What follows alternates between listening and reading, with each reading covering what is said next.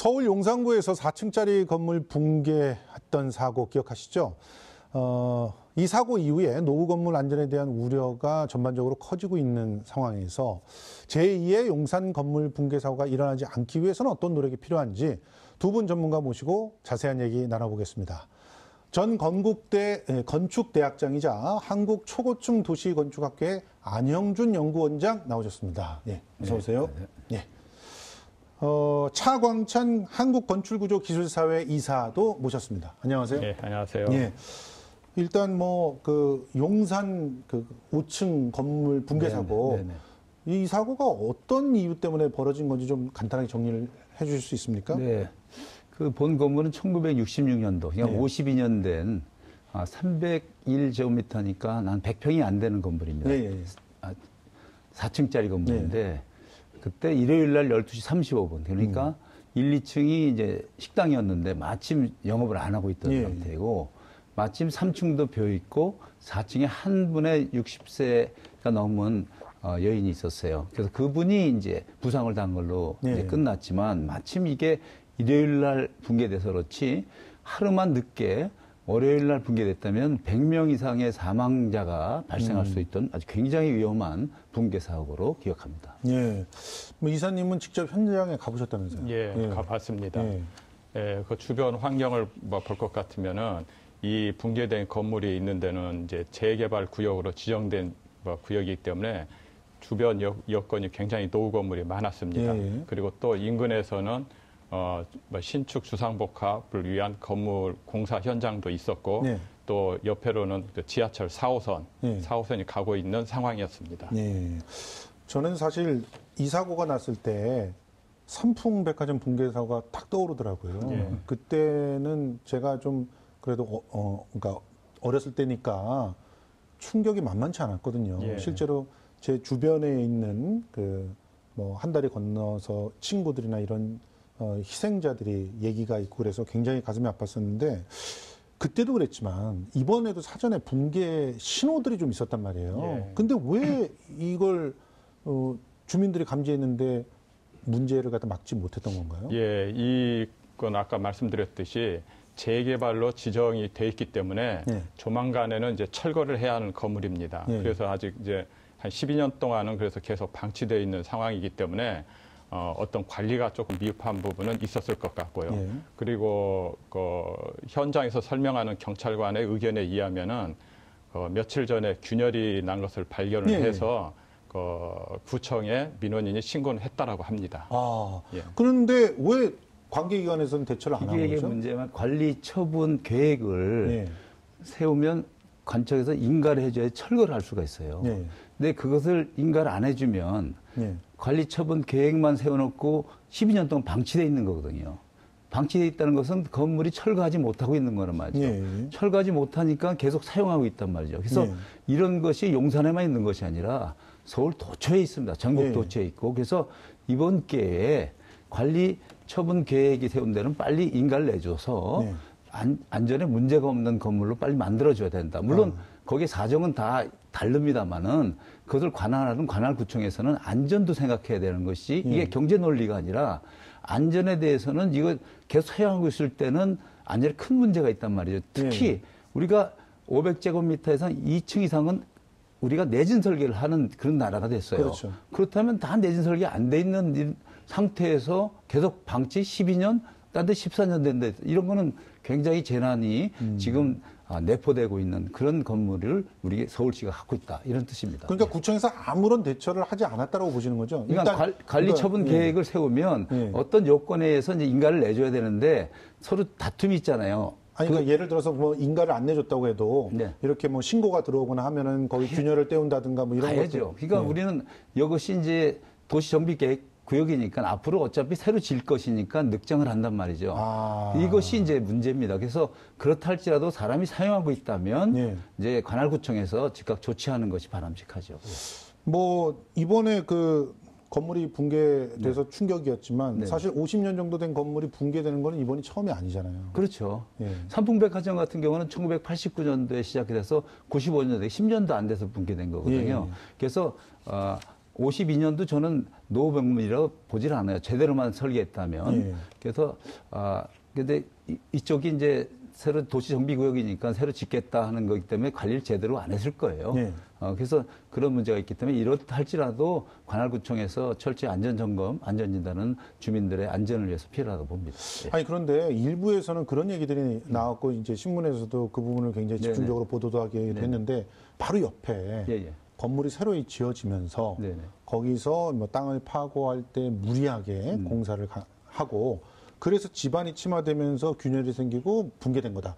이런 주장들을 했었잖아요. 예. 어떻게 보셨습니까? 현장 확인해 보셨는데. 예, 모두 사고가 나고 이런 있을 때는 항상 원인이 단일하게 한 가지가 원인일 수는 없습니다. 항상 여러 가지가 복합적으로 해서 이루어졌을 때 사고가 나는데 이 현장 같은 경우에도 지금 말씀하시는 대로 그 옆에 어떤 현장의 어떤 이유 때문에 그 영향을 해서 오는 것도 하나의 원인은 될 수가 있습니다.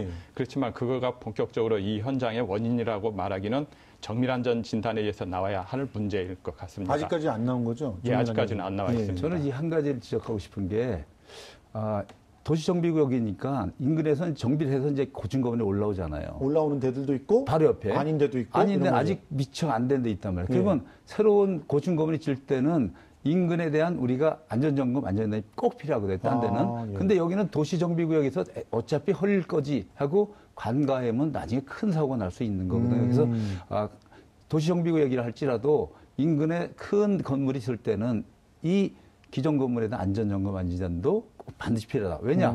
거기도 사람이 살고 있기 때문이죠. 예, 그렇습니다. 지금 이 1966년에 지어진 건물이 붕괴한 거잖아요. 근데 그때 당시는 지금하고 뭐 관련 법들도 완전히 달랐을 테고 또 그때 당시에 유행하던 건설 기술들이 있었을 거 아니에요. 그러면 그때 당시에 뭐 붕괴된 건물 같은 경우는 어떤 특징이 있어서 이렇게 무너지게 된 건가요? 예, 그 1966년도라고 그랬으니까 그 당시에 우리나라의 1인당 그 국민소득을 한번 보면은 아마 한 500불? 500불 정도 될 겁니다. 그러면 현재 500불 되는 다른 나라들 한번 상황을 보면은 굉장히 열악하지 않습니까? 그러면 우리나라도 그 당시에는 똑같은 상황일 겁니다. 그러는데 서민이 짓는 이와 같이 조그만 소규모 건물은 최단으로 공사비가 적은 공법으로 지었을 겁니다. 공사비가 적은 공법으로? 그렇죠. 예, 그 방법이 현재와 같이 어떤 철골조나 철근 콘크리트 조라기보다는 조적조. 조적조라는 것은 벽돌이나 블록을 이렇게 쌓아서 짓는 집을 조적조라고 하거든요. 그게 제일 싸기 때문에 그렇게 짓는 건물이 많을 겁니다. 그래서 요번에 붕괴된 것도 조적조 건물이거든요. 조적조 건물이었어요? 예, 그렇습니다. 그래서 건물 자체적으로 그렇게 1960년이면 한 50년 전인데 50년 전에 그렇게 어떤 조금 부실하게 지어진 건물을 우리는 국민 소득이 현재는 이제 3만 달러를 가지 않습니까? 그 시점에도 그때 지어진 건물 그대로 지금 사용하고 있다라는 거. 거기에서 어떤 위험 요소를 안고도 지금 살고 있는 실정입니다. 맞습니다. 사실 이 조적조의 건물들 예전에는 참 많이 지었었죠. 그리고 뭐 담도 그냥 시멘트 블럭 갖고 그냥 막 쌓아 올려서 겉만 번지르르하게 해놓고 그래서 그런 그 담들이 그냥 뭐 태풍에도 쉽게 무너지고 막 이런 것들도 있었잖아요. 그런데 이런 것들이 지금 도시환경정비구역으로 지정이 되고 12년 넘게 방치되고 거기다가 옆에 건물이 들어서고 있는데 안전진단도 안 받았고 이러면 뭐 거의 뭐 안전관리 사각지대에 놓였다고 볼 수밖에 없겠네요. 저는 건축 전문가로서 그냥 그 52년 된 건물도 이렇게 사실 제대로만 지었고 제대로 유지하려면 문제 없습니다. 서현 같은 경우에는 몇백 년 된 건물들이 아직도 멀쩡하게 있고 그것이 관광 명소가 되거든요. 조적조도 그렇죠. 몇백 년 할 수 있고요. 콘크리트도 우리가 30년만 되면 재건축한다 그러는데 콘크리트는 100년 동안 경화되고 있고요. 100년 후에 융해돼요. 그래서 정상적이라면 200년 이상 쓸 수 있는데 우리는 30년만 있으면 헐다 그러는 거는 이거 제대로 된 시공 이게 문제다 생각하고요. 다만 우리가 재건축을 하는 것은 설비가 따라주지 않기 때문에 그런 거거든요. 골조는 큰 문제가 없으나 그 설비가 문제가 돼서 이제 그 현재 상황하고는 맞지가 않다 현실에. 이래서 우리가 재건축하는 것이지 골조 그 자체에서 큰 문제가 있는 것은 많지 않습니다. 그런데 여기 같은 경우는 완전히 그렇죠. 자체가 다 허물어져 버려가지고. 그러니까 이건 유지관리, 안전점검, 안전진단을 제대로 하면 우리가 아무리 건강한 사람도 건강검진 제대로 안 받으면 오래 못 살잖아요. 그렇죠. 마찬가지로 외국 같은 경우는 정기적으로 자체 일상점검도 하고 정기점검도 하고 정밀안전진단도 합니다. 제대로. 근데 우리나라 같은 경우는 그것이 형식적 또 제대로 하지 않는 그런 결과라고 저는 볼 수 있습니다. 참고로 조금 말씀드리면 이 붕괴된 건물 같은 경우는 지금 안 교수님이 말씀한 대로 제대로 건물이 진 건물이라면은 그렇게 붕괴는 안 됩니다. 그렇지만 이 건물은 아까 제가 말씀드렸듯이 조적조로 진 건물이고 조적조로 4층을 올린 위에다가 그다음에 위에는 경량 샌드위치 판넬이라고 3층을 또 증축을 했어요.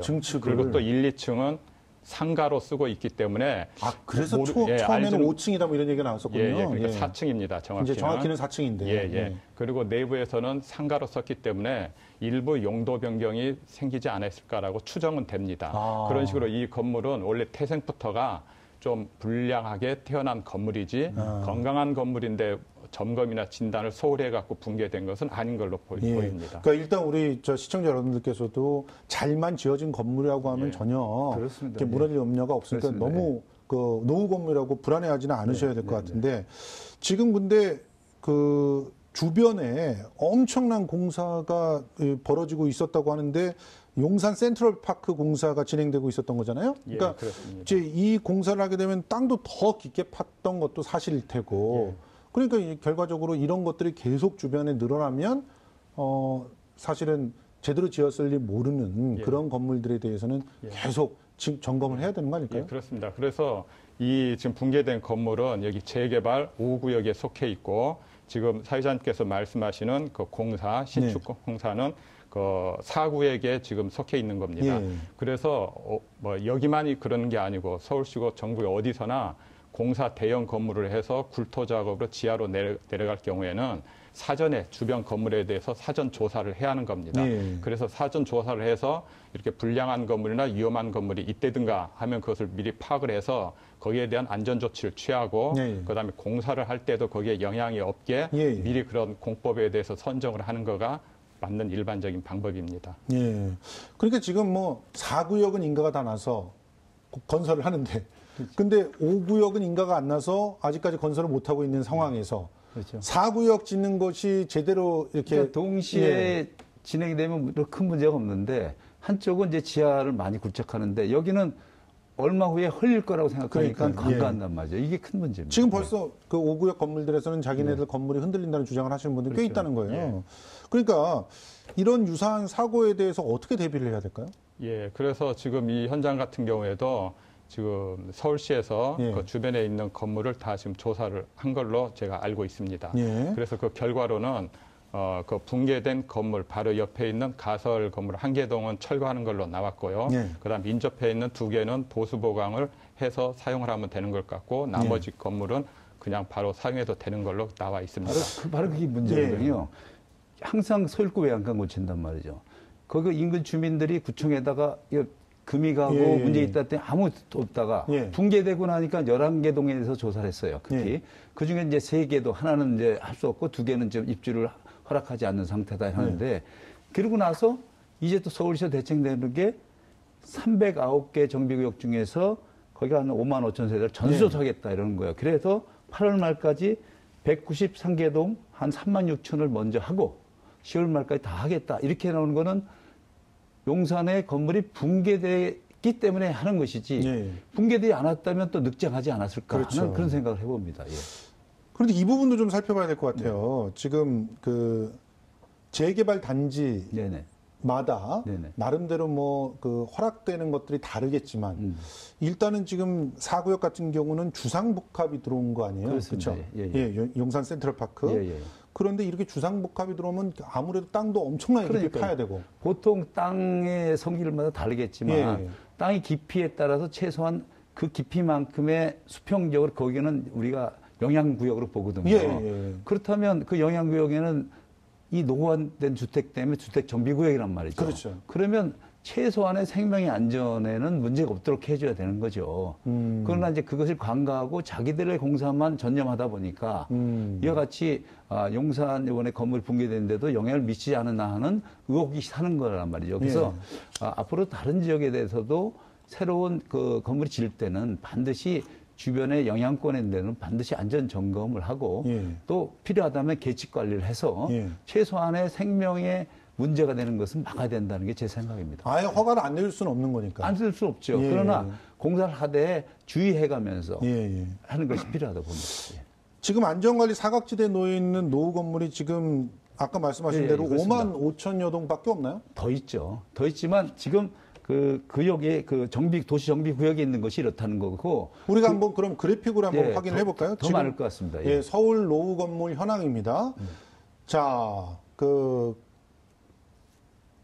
와, 더 많죠. 엄청나네요. 지금 보니까 저것도 데이터에 들어간 게 저거지 안 들어간 것도 많을 거예요. 30년이 넘은 일단 노후주택으로 분류된 그 동수가 15만 991개.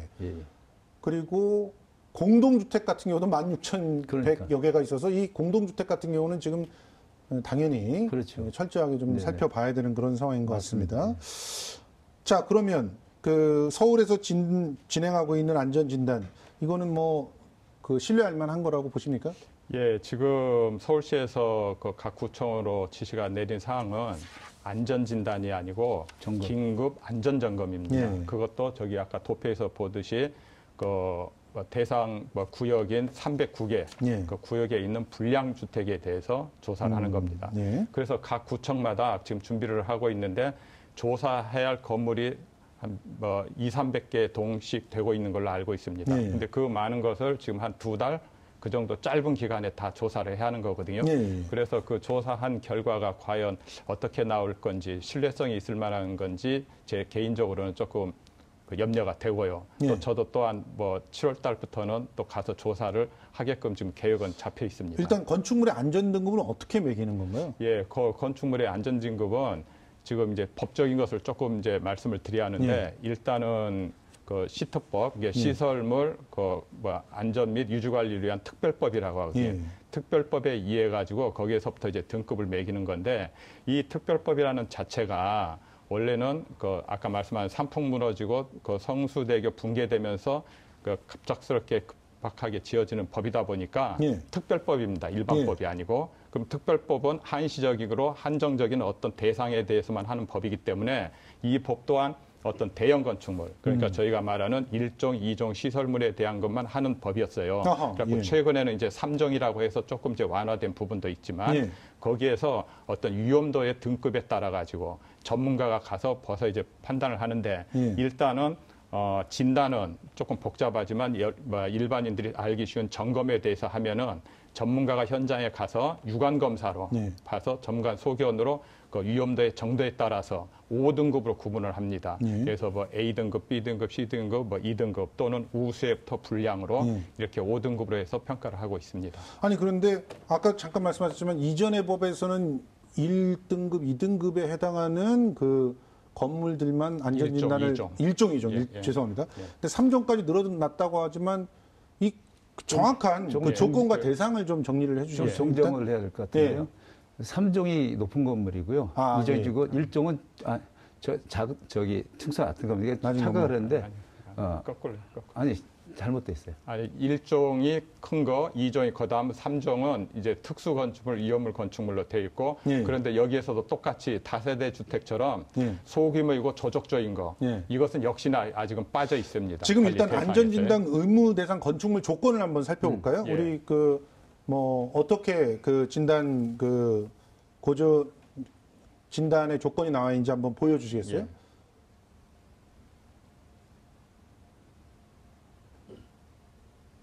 이거 말고요. 저게 이제 그 단계별 등급. 단계별 등급이고요. 그 안전진단 의무 대상 건축물 좀 소개를 해주시죠. 예, 거기서 안전진단 대상은 1종이라는 것은 21층이거나 그다음에 연면적이 5만 제곱미터인 것을 1종이라고 하고요. 2종은 16층 이상이거나 연면적이 3만 제곱미터 이상을 말합니다. 그래서 이 3종은 어디까지? 3종은 이제 특수 위험물 건물이라고 그보다도 이제 적은 구물 중에서 지자체장이나 그분들이 이것은 좀 관리를 해야겠다라고 지정하는 것들이 지금 이제 3종으로 넣도록 요번에 이제 개정이 된 겁니다. 아니, 우리가 근데 아까 그래픽에서도 봤지만 일반 주택 같은 경우도 노후 건물이 어마어마했잖아요. 그래서 15만 동이 넘는 노후 건물이 일반 주택에서 있었던 건데 일반 주택은 싹 빠지는 거 아닙니까, 그러면? 예, 그래서 법에 현재로는 그거가 지금 조금 불합리한 부분이 있기 때문에 그 부분은 그 장이 관리하는 장이 지재차 장이 되겠죠. 필요하다고 인정하면 지정을 하게끔 되어 있습니다. 그래서 이제 전문가들이 그 일반적으로 좀 불량한 것은 봐서 이건 관리를 해야겠다 하면은 그것은 뭐 D등급이나 넣어서 관리를 할 수 있게끔은 되어 있습니다. 아니 근데 이걸 왜 지자체장의 소관으로만 놔뒀을까요? 그러니까 그냥 의무 대상에 넣어야 되는 거 아닐까요? 사람이 사는 곳은 다 안전해야 된다고 생각하거든요. 그러니까요. 그래서 그에 따라서 이제 뭐 서면 보고하는 경우도 있고 강제적으로 조사하는 경우도 있지만 사람이 사는 곳은 다 안전해야 된다고 생각합니다. 예. 지금 뭐 그 건물을 갖다가 안전 진단하는 거에 대해서는 공감대가 다 형성되어 있지만 근데 이런 지적을 한 신문들도 있었어요. 일부 제 경제지에서 본 것 같은데 민간의 건물인데 안전하다는 진단이 나오지 않는다고 해서 바로 그냥 세금을 투입해가지고 뭔가를 한다거나 이런 것들은 좀 경제적인 부담을 갖다가 또 민간한테 너무 과다하게 지운다거나 또 그걸 공적인 돈으로 다 해결한다거나 이거 다 문제가 있는 거 아니에요? 이런 문제가 있는 거죠. 건물이 이제 세입자들이 있습니다. 세입자들한테 이것은 안전한 건물이라는 것 증이 있으면 세입자들이 안심하고 입주할 수 있거든요. 만약에 그게 세입자들이 그걸 확인하고 이걸 기피하거나 선호하거나 한다면 건축주를 할 때도 자기 건물에 대한 안전점검 안전단은 철저하지 않을까 이렇게 생각합니다. 예, 그래서 이제 현실적으로 저희 같은 이제 전문가가 현장에 나가서 점검이나 진단을 하고 그 결과에서 보수 보강을 할 수 있으면 그 안을 냅니다. 그러면 그걸 이제 구청에서는 이제 그 건축주한테 발송을 해서 이렇게 해라라고 할 경우에 현실적인 문제는 이렇습니다. 그게 뭐 거기에 사시는 이제 서민이 여유가 있다면 그렇게 하시겠지만 여유가 없을 때는 어떻게 하겠는 건가 안 했을 때는 그 부분이 현실에서 항상 저희들이 이렇게 부딪히고 뭐 걱정이 되는 부분입니다. 그러는데 이제 저는 이렇게 생각해요. 우리나라 모든 국민은 있는 자나 없는 자나 안전한 건물에서 살아야 할 권리가 있다라고 봅니다. 그래서 아까 말씀드린 대로 그 안 교수님께서 말씀하신 대로 세입자가 사는 경우하고 그다음에 건물주가 직접 사는 경우하고는 좀 구분해서 좀 이제 해야 할 필요가 있는 것 같고요. 또 정부에서 일단은 먼저 좀 보수 보관에 선제조건을 투입을 하고 그 비용에 대해서는 구상권을 청구해서 건축자에게 받아낸다든가 하는 다양한 어떤 방법을 지금부터는 좀 연구를 해야 할 거로 사료가 됩니다. 알겠습니다. 자, 그러면 이제 시간이 다 돼가지고요. 마지막으로 이 노후 건물에 이런 징후가 나타나면 조심해라. 이걸 좀 먼저 이사님께서 일단은 5가지 정도로 좀 집어드리겠습니다. 첫 번째로는 사시면서 뚝뚝 소리가 난다든거나 아니면 찢어지는 소리가 난다면은 이것은 조금 위험한 거니까 그건 좀 준비를 하시고요. 그다음에 두 번째로는 무조건 균열이 갔다고 위험한 건 아닙니다. 균열에 가는 패턴이 일정한 방향으로 이렇게 닿는 건물이 위험하기 때문에 방향이 일정하게 됐다든가 예를 들어서 창호 주변으로 대각선으로 쭉 갔다든가 보가 있는데 단부에가 균열이 많이 갔다든가 그런 거는 조금 조심을 해야 하겠고요. 그다음에 세 번째로는 증축을 한다든가 아니면은 뭘 무거운 것을 올려놓은 어떤 과중한 적재를 하다든가 이럴 때는 반드시 좀 전문가의 의견을 좀 물어라라는 말씀을 해드리고 싶고 그다음에 네 번째로는 경사지에 있는 경우 특별히 경사지에 있는데 그 성토를 하면서 석축으로 이렇게 옹벽을 쌓는 경우 이 석축이 많이 좀 노화된 서울 시내가 굉장히 많기 때문에 그 석축에 균열이 가거나 했을 경우에는 반드시 조금 주의를 해서 전문가 의견을 들 필요가 있어 보입니다. 우리 교수님께서 마무리로 이 제2의 용산 건물 붕괴 사고를 막기 위해서 근본적인 대책 짧게 좀 저는 항상 안전은 상식이라고 봐야 돼요. 국민들이 안전에 대해서 기본적으로 알아야 될 거예요. 아까 얘기하셨지만 그럼 몰랐거든요. 균열에 대한 원인 확실히 하고요. 균열을 안 하면 거기에 이제 들뜨게 됩니다. 들떴을 때 그다음에 박리가 일어나고 박락이 일어나고 그다음에 그대로 나버리면 붕괴되는 거예요. 그렇죠.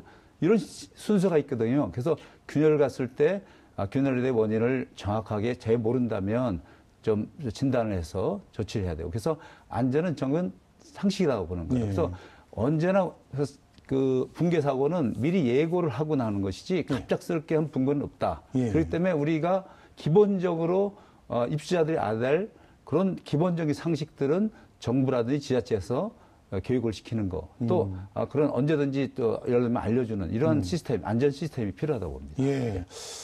뭐 필요한 정보를 항상 제공하고 그렇죠. 그리고 선제적으로 일단 조치를 취할 수 있는 그런 시스템이 지금 시급하다고 생각이 듭니다. 신고가 들어간다면 즉각 조치해줘. 예, 그렇습니다. 예.